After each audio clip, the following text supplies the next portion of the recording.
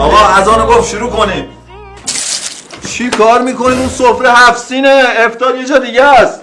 اگه نمیدونی پس تا خط قرمز منه. چرا میگیری میزنی؟ باشه بابا یه پس دست دیگه. ماهی رو اذیت نکن بچه، گناه داره. مادر من شام ماهی درست کردیم بعد میگی ماهی رو اذیت نکن. این دیگه کیه؟ مهمونه. شب سال تحویل مگه مهمون میاد؟ این پسته ها رو کجا قایمش کنم؟ بیا بیا بیا بیا بیا. بخواب. توپم در کردم بیدار نمیشی یا؟ واکن. خیلی خوش اومدی. سلام. سال مبارک. سال مبارک. خوش اومدی. عیدتون مبارک. تو میوه. تو خونه خودتون افطار نکردین؟ فرصت نکردیم. آقا کامی خوابه؟ آره. خیلی عجیبه. عمو بلند شو بازی کنیم. عمو بیداره. بیداره؟ نه داره خرفوف میکنه. ما با یه رفع زحمت میکنیم. زحمت کشید. خداحافظ شما. برید به سلامت.